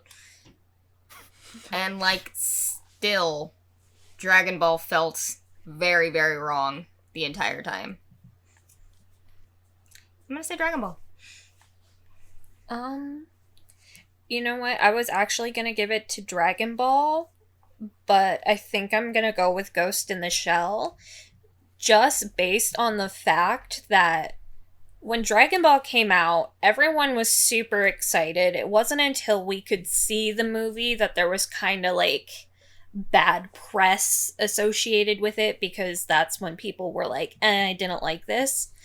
With Ghost in the Shell and social media when it came out, they had immediate feedback that fans did not like the direction they were taking it in. They didn't like the casting choices, and they went forward with it anyways. I'm like, look at how Ghost in the Shell reacted to how Sonic reacted, you know? So I think that was a bigger slap in the face. They looked fans like dead ass in the eye, and they're like, hey, go fuck yourself. Yeah, Ghost of the Shell's at least competently made, though. I'm going with Dragon Ball Evolution. There's nothing there that's redeemable, I don't think. I was also gonna go with Dragon Ball. I don't think my vote even matters at this point. I'm kind of torn, so I'm gonna just abstain, and I guess Dragon Ball will win. Dragon Ball does win. You know, generally trying to think what was from that movie that wasn't, like, modified to do whatever they were trying to do. I don't know. I can definitely see how all three of these are huge slaps these in are the definitely face, and yeah. I can't even really choose out of them like which one hurt fans the most. Yeah. I feel like Death Note would have been really well and like chill if they would have just like marketed it as like a spin-off, like a side story. Yeah, just maybe. Like, hey, Ryuk's Death Note's now here in America. See what happens. Basically, if they like that would have been fine. If they would have just changed the characters' names and just say this is a retelling, but like from an American perspective, yeah, I think that definitely would have lightened the blow a little bit. So that's all the ones I had. Did you guys have any other categories you wanted to try for? Nope. No. Seems good. Okay, so. I mean, did you want to do like best practical? I think we got there really wasn't a ton of practical effects in it. The Guyver. So like Guyver. Yeah. All right, easy enough category. Best practical effects, the Guyver. I do want to give a special nomination to Fist of the North Star, though. Yeah, no, I would have gone Fist of the North Star. Okay, so wait, do we actually have some contention here? Okay. Okay, all right. Who's? I think really these are the only ones that used a ton of practical effects. So, well, maybe Old Boy used some. It's just a modern Hollywood movie. I think. Yeah. Okay. Yeah, I'm gonna go with Fist of the North Star. I think Kozi said Fist of the North Star. We had, who said the Guyver? I said Guyver. Okay. I think I said CC would Guyver. go. Yeah. Yeah. Okay. Guyver, and the other two didn't watch either of them. So, Nope. Guyver still wins. Guyver wins. But just barely. All right. Almost a tie. Almost. They made it a contest. Yeah. So that's the best thing you can ask for. So last thing is we're gonna rank all these from top to bottom, bottom to top. Whatever you wanna, however you wanna call it, say it, do whatever. So how we're gonna essentially get a definitive version of this. I gave everyone ranked the movies that they've seen. Then we're going to assign point values based on where they're at. If you're at the bottom, you get a 1. If you're at the top, you get a 9, or wherever you end up on there, because not everybody has a full list. And then we divide that number by how many people watched it. So yeah, and then we'll get the average points for each of these movies and see what ranks they all came out as. So, who went first last? Or do we just want to I think it's NV now. Okay. Yeah. Envy, why don't you give us a breakdown? What do you want to do? Worst to best? Worst or to best. Best to Am worst? I saying my full list then? Okay. Okay. Yeah, go for it. If you want to add any little snippets or something to your description, that's why you put it there. No, that's you don't have fine. to, but you can. Bottom, Dragon Ball Evolution. I mean, I feel like for most people, this will be near the bottom. I mean, it's kind of self-explanatory. As someone who's, in all fairness, never really saw much of Dragon Ball, yeah, it was just bad. Like, I didn't think it was ungodly awful like I expected it, but it was still awful. So, yeah. Then Death Note. I'm not even the biggest fan of the original Death Note anime. Like, I enjoyed it. I didn't love it, mainly because of the second half. But, like, I saw the Death Note live action right after I binged the anime. So it was all fresh in my mind. And, like, I appreciate some of the acting and effects, but, like, I just felt like it was a bastardization, personally, of the source of the anime. Then Old Boy. Like me and Kozi said at the beginning, if they would have just taken the first half an hour, or at least the part where Josh Brolin was in the hotel, then it would have been a great short film. But yeah, once you get into the family incest and then the incest with dad and daughter, yeah, you kind of just shoot yourself in the foot, pun intended. Guyver. Cheesy 90s movie, very, very dated, but I still had some fun with it. Fist of the North Star, kind of the same reason. I think the story was better in Fist of the North Star, if you can call it that. So that's the only reason why I put Fist of the North Star above the Guyver. This is going to be very controversial, but Alita would be fourth, and then Ghost in the Shell would be third. I think Alita's a better movie than Ghost in the Shell, and it doesn't offend people, Alita, like Ghost in the Shell did. I just personally enjoyed Ghost in the Shell more. Number 2, Edge of Tomorrow. I think it was the best, air quotes, movie out of the movies we saw, in terms of, like, production and, just in general. But maybe I was finally in the mood to watch this, or maybe I was in the right mood, or maybe it just caught something in me. But number 1, Speed Racer, man. Like, I don't know why. Like, it's a mess. I could totally see why this film bombed with critics back in the day and at the theaters, but I can also see why it's a cult film now, because it's just insane. And, like, anything you could say negative about the movie, I feel like the Wachowskis would just be like, yeah, we get it. That's what we did. Oh, well. And, like, I want this to be a midnight screening movie like The Room and Rocky Horror.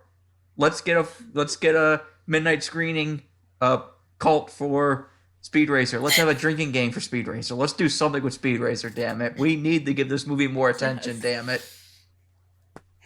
How much did you drink at the Speed Racer midnight screening? More than you'd expect. In the midnight screening, when they go to race, you just drive your car through the theater. Everyone brings like a little Wii Wiimote car. The Wiimote. Yes. There has to be a POV shot in there where you actually feel like you're driving the car. Perfect. So yeah, Speed Racer. If you would have told me Speed Racer would have been my favorite movie out of these 9 films, I wouldn't have believed you, but yet here we are. Awesome. Next up. Okay, me? Alright.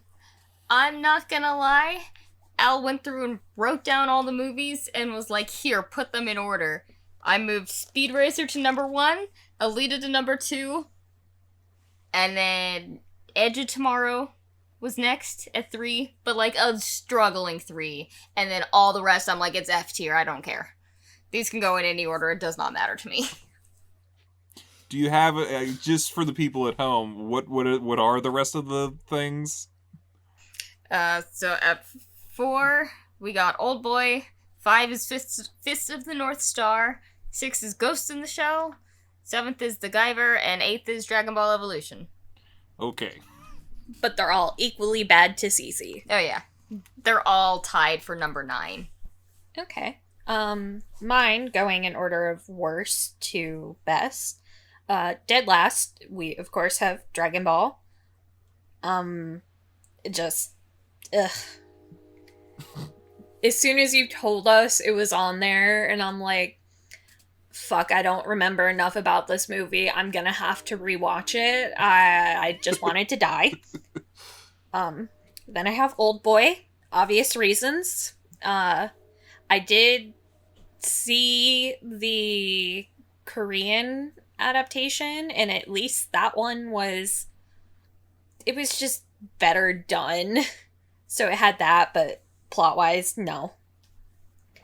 Then I have Fist of the North Star.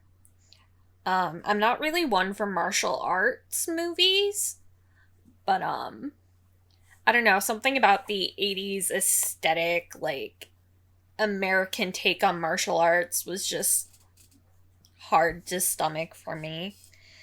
Then I have The Guyver. Again, that one really just kind of falls into like the 80s kind of aesthetic where like I don't really enjoy it. Al, I am so sorry. I don't know how I didn't see this, but I am gonna actually switch these two from what I wrote down. Then I would have Ghost in the Shell. Hadn't seen it up until this. Will never watch it again. Just hated it, really. I think in practical effects it did really well. Or not practical, visual effects. Like, they had a lot of competent people on the movie. It was an enjoyable experience. And then I have Death Note. As an adaptation, I think it completely failed. But, like, as its own side story, it's very enjoyable. And, like, I think it has a lot of rewatchability just as a comedy. Third, I have Edge of Tomorrow.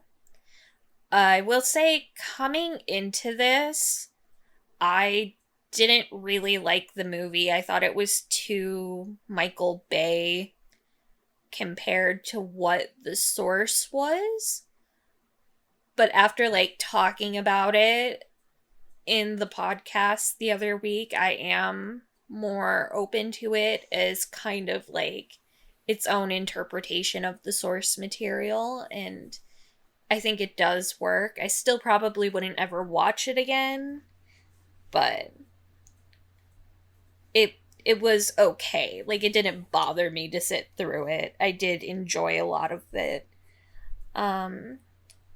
Then I really thought that Alita would be first for me. Like, I really thought going into the whole thing, I was like, I know Alita, I liked Alita, like, you know, I had not actually seen some of these other ones, but I'm like, I can already tell I'm not gonna enjoy them. But, you know, coming in on top, like, Speed Racer, I had never seen it because it looked too zany for me. But, you know what? Watching it, it worked. I don't know how it worked, but... Would you say that it worked more than you'd expect? More than you'd expect, yeah. Go Speed Racer, go. Yes, I do also. Cece plays Speed Racer all the time now. So I am actually, like, constantly, when I'm in the car, like, go Speed Racer! Go Speed Racer! That song is such a bop. Anyways, yeah. Yeah, oh, glad this, you know, if there's any, like, one little spot in this whole thing, it's that we got to see some movies that maybe we might not have seen before. Some good, some bad, but, you know, we can say that we've seen them. My list is, you know, who'd have thought I'd put the bottom spot as Dragon Ball Evolution. I should actually say, like, mine kind of weirdly break down into 3, 3, and 3, where it's like, the bottom 3 are, like, soulless, why would you do this sort of things. The middle 3 are like, these are kind of like so bad it's good at times. And the top 3 are like, you know, this is actually pretty competent and entertaining. So bottom 3, we got Dragon Ball Evolution in last place. Right above that, Ghost in the Shell, just the shell without a ghost. And then Old Boy, because, just watching the fight scene in the hallway from the Korean version, I'm like, wow, this was a better movie. I can tell immediately. In spot number 4, I have Death Note, starting off our, you know what, I can enjoy this as a guilty pleasure sort of thing. It's by no means a good movie, but at the same time, decent enough performances, and, you know, some funny spots, light screaming. It makes the movie a little bit. After that, I have Fist of the North Star. I know, like, you guys like didn't really like the action movies, but, like, this feels like my childhood, just watching, like, Jean-Claude Van Damme movies on cable every now and then. It was a lot of fun. And then the top of my kind of so bad it's good or just like weirdly entertaining stuff is The Guyver, which is genuinely just a darker episode of Power Rangers. And I loved Power Rangers as a kid, so that was definitely going to be higher up for me. And so for the top 3, and these are probably the most competently made and the most interesting to me movies that, you know, maybe I'd watch again. Alita Battle Angel. Because, you know, yeah, it was Ghost in the Shell, but good.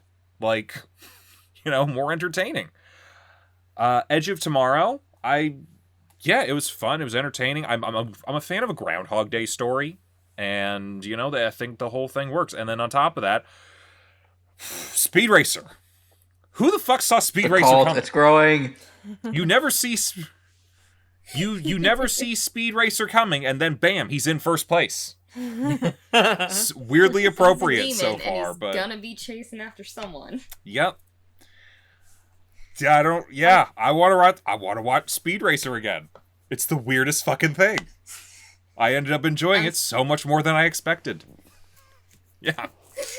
I'm sorry. I feel like you guys all came to the Speed Racer episode. Like, that kind of hurt to look at, and I was like, you're wrong, it was a great movie. And then you were all kind of like, you know what, it was a good movie. I genuinely enjoyed it, but I do need to point out, there should be probably an epilepsy warning if you're going to watch this movie. Especially, like, as you go into the last race. The flashing black and white, I was like, I can't look at this right now. Yeah.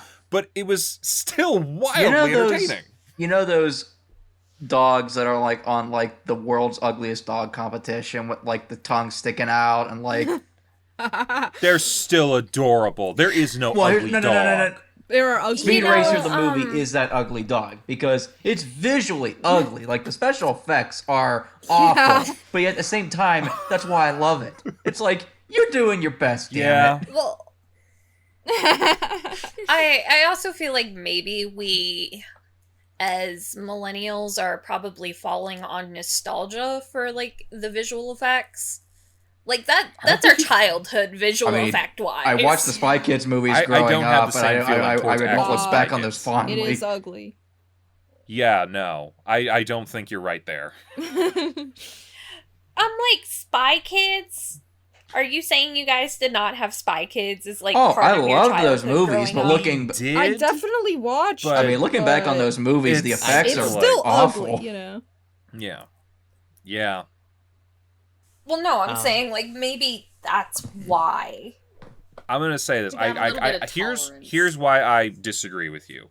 I think the only reason that we still tolerate the idea of Spy Kids is because of nostalgia. None of us had nostalgia for Speed Racer, and yet we still like it. And I think that proves why it's better. I had a little bit of nostalgia for Speed Racer. Yeah, you're up next. Go for it. Oh, okay. I only watched like like 5 of these movies. Yep. So sorry. But my bottom was Dragon Ball Evolution, to no one's surprise there. Then Ghost in the Shell, then Old Boy, and then Death Note, and then Speed Racer on top.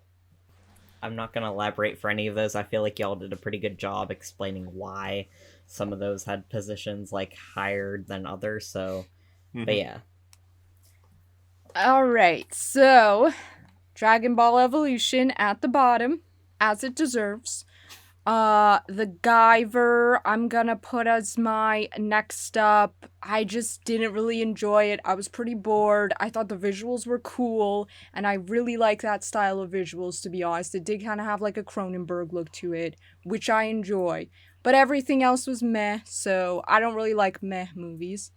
Next is Old Boy, just because, yeah, I just felt like it was pretty weak, and some of the stuff was pretty weird, but mostly because I know it could be a better movie, because I've seen enough clips of the Korean version to know that. So it was just disappointing to me. Ghost in the Shell, because it has such a good opening. It's such a shame that, like, I feel like it goes kind of low on everyone's list. I feel like it did have good portions, and it had some good acting, but it was just, it just fell flat, and I do want to see the Korean one, because I think it does have some strong bones and a strong foundation to it. Ghost in the Shell comes after Old Boy for me. I think just, I love the source material so much, and this one just did nothing for it, and it just really does feel like a very soulless adaptation. There was just really not much for me to like about it. I thought some of the action was cool, but Fist of the North Star I put next. It had some fun action and some kinda, I don't know, goofy stuff that I enjoyed, so I can say I enjoyed it a little bit more than The Guyver, for instance, even though it was a similar type of movie. I think this one just engaged me more, so I enjoyed that. Next up I put Alita. I liked certain parts of it, didn't like certain parts of it. I had some mixed feelings, but I felt like it was definitely better than the rest of the ones I just mentioned. Edge of Tomorrow I'd put next. I think it's a pretty competent movie. It's a pretty good sci-fi movie. It's not something that I would willingly watch again a lot, but I liked it for the most part. I thought it was pretty good. Next up, I would do Death Note, which it sounds weird that I'm putting at number 2, but it's just for the entertainment value, really. I just think that it was one of the movies I had the most fun with out of all of these, and I just could watch it over and over again because it's really bad to me. And I just hate watching things that are just based on things I love, but they're so hilariously bad.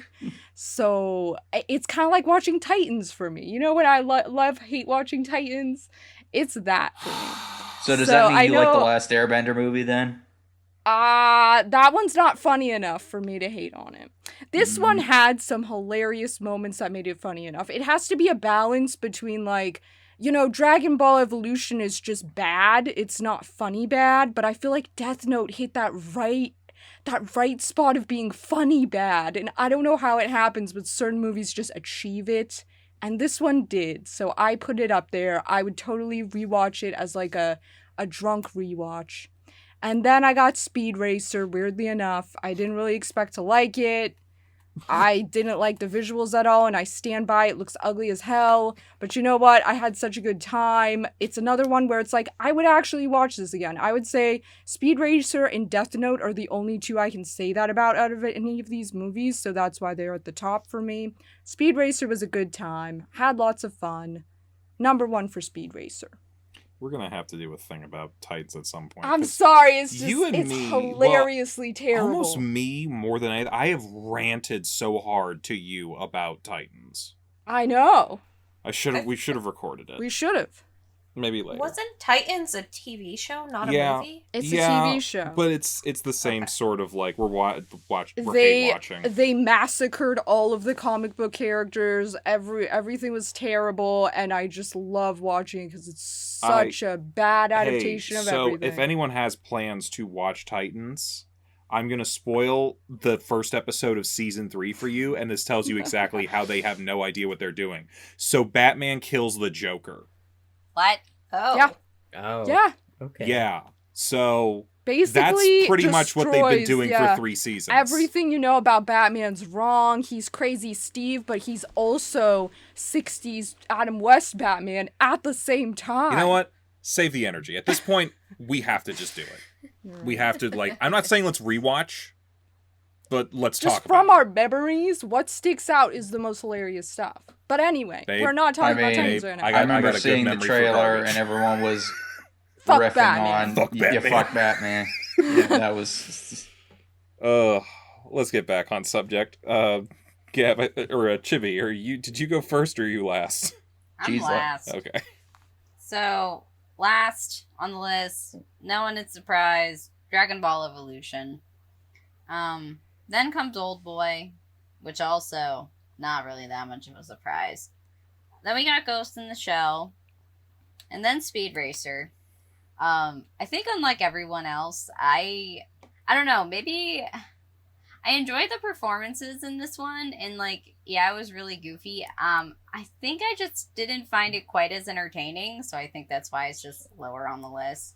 Oh, Then Alita Battle Angel. What? you also aren't really big into action, right? Nope. Not really. I mean, Speed Racer isn't really an action movie, though. At least I wouldn't consider it one. And then Alita Battle Angel. Then Edge of Tomorrow, which that's an action movie, and that's higher up there. But I think it's only higher up there because aliens. And then number 1 is the Death Note movie from Netflix. And solely because out of all of them, despite the fact that it's a shitty adaptation, it had some really amazing performances, and I feel, given with what the cast was given, as far as like direction and their lines, like they did their best. They did what they could, and honestly, like, I genuinely really liked it. Again, and I will say this again, like, it would have done so much better had they just been like, hey, here's a new story in the same exact universe. It just takes place in America. And I would have been totally okay with this, because I'd been like, yeah, this is just going to be like a teen movie, but with Death Note. And it's going to remind me a lot of Jennifer's Body. And it's going to be great. Anyway, I was expecting this to be a shit movie, so I went in with low expectations, and I had fun. And yeah, that's why it's number 1 on my list. I'm gonna be honest, you guys kind of convinced me to throw Death Note up to 6 and drop The Guyver and Fist of the North Star down a spot, so I'm gonna have to redo my math real quick on these. Yes. Okay. So would you honestly say then that for Yin and Chibi, would you say that in a way this is kind of like The Room for you guys, where it's like an entertainingly bad movie, like, you know it's not good, but like you just Absolutely. like, yeah, it's just like you enjoy it anyway. Yes. I mean, the thing for me is like, I don't do hate watching, so I literally will just watch it because I do genuinely like it, but I like it in for the fact that it's just, I don't know. For some reason, I like it. It's a weird thing. If you remove the expectation of the main Death Note plot and you look at it as just its own story, it's fine. Oh, yeah. Okay, I did the math. It actually did not change any of the standings. So, all right. So, aggregate, or whatever we want to call it, like averages for all the points together. I'm gonna break this down. So, with 1 point from everyone divided by 7, that's still 1 point. So, last place is Dragon Ball Evolution. Surprise to everyone. Let's see here. With 2 spots, 4 3 spots, and a 5 spot, that's 21 out of 7. We got Old Boy with an average of 3 points. The Guyver comes in at number 3 with a score of 5, 2, 4, 4, and 2. 17 divided by 5 with a 3.4 score, barely beating out Oldboy. In the number 4 spot, with a total of 26 points divided by 7, which is 3.7 on average, we have Ghost in the Shell, taking that 4th slot. Or that, what was that, 6th slot, I guess. The number 5 position, 21 points divided by 5, Fist of the North Star with 4.2 points average. After that, in our 4th place, with 33 points divided by 6, average score of 5.5, Death Note. A lot higher than I was originally expecting that thing to be, but so bad it's good. So bad in it's my good. opinion. 3rd place, Bronze Medal, coming in with 2 7s, an 8, 2 6s, and a 5. 39 points divided by 6 is 6.5. That's actually not a bad score. We have Alita Battle Angel, and taking the bronze home. And then 2nd place with 2 8s, 2 7s, and 2 6s. That's a weird, like a lot of pairs there. But 42 divided by 6, that's actually a pretty easy thing. That's a very round number. That's a 7. Average score of 7. We have Edge of Tomorrow. And then it fucking took the top spot for everyone but one person. I mean, number 1 is Speed Racer. Way more top spots than you expected. Yeah. The cult is real, damn it. Average score of 7.5, just barely beating out Edge of Tomorrow for the number 1. But still, that is impressive.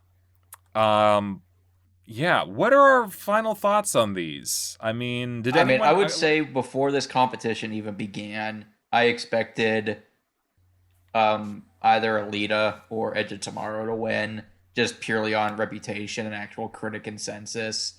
Mm-hmm. But the fact that we all either and enjoyed... then the underdog comes from behind. I mean, we all either enjoyed or didn't mind Speed Racer, and the fact that that won when it was such a critical and financial bomb. Like, it just... You never know, man. You never know. It is becoming a cult classic, isn't it? Yeah. Now it I can is. see why. Yeah. Yeah, but like back in the day, it was... it failed miserably, but now it's... yeah. I'm totally down if at some point we want to figure out something for a midnight screening with some drinks and some fellow fans to check out Speed Racer once more. If this tournament I don't even know what this series of events that we have had upon ourselves, a series of unfortunate events, also a good show, that we've subjected ourselves to, has taught you, the viewer, anything over these last couple weeks, is that you should watch Speed Racer for some fucking reason, because this is actually a fucking good movie. What the hell? Watch Speed Racer and don't fuck your daughter. Yeah. Wow. Yeah. Some solid life advice. So out of context lines that you could say that. Yep. Any final thoughts for these last couple weeks? It was interesting, I will say that. I mean, there were some things that were torture, because obviously watching Dragon Ball and watching the second half of Old Boy was bad, but like, it was weird watching, like, this is kind of like film history in a way, like adaptations of manga and anime. So yeah, whether or not all of them were good, that's debatable, but like, it was interesting, I'll say that. And again, if it wasn't for this tournament, we never would have watched Speed Racer. So there's that. True. We ended up watching 3 decades worth of adaptations here. So yeah, that like, looking at history, yeah, we really did. Now we have to go through all the Japanese anime adaptations. I don't got enough time or patience. Okay? I would rather rewatch Titans. I think if one thing could be said, I think it is kind of apparent that American adaptations are starting to lean a little more positively than they did before. As long as it's like something that the director and the producer are actually passionate about. Mm-hmm. Like, I think as time goes on, it's really anime's becoming more popular here in America now, Yeah. I think we'll see a lot better material coming out. What happened to Cowboy Bebop, though? Ugh! We'll discuss it next week. Yeah. Bye-bye, everybody. Bye. Bye. Hey, thanks for watching, and if you haven't already, be sure to subscribe and ring the bell icon for notifications. If you enjoy this video, give us a like, and if you haven't already, check out some of our previous episodes, our daily gaming videos, or our parody series Madoka Magically Abridged. See you next time!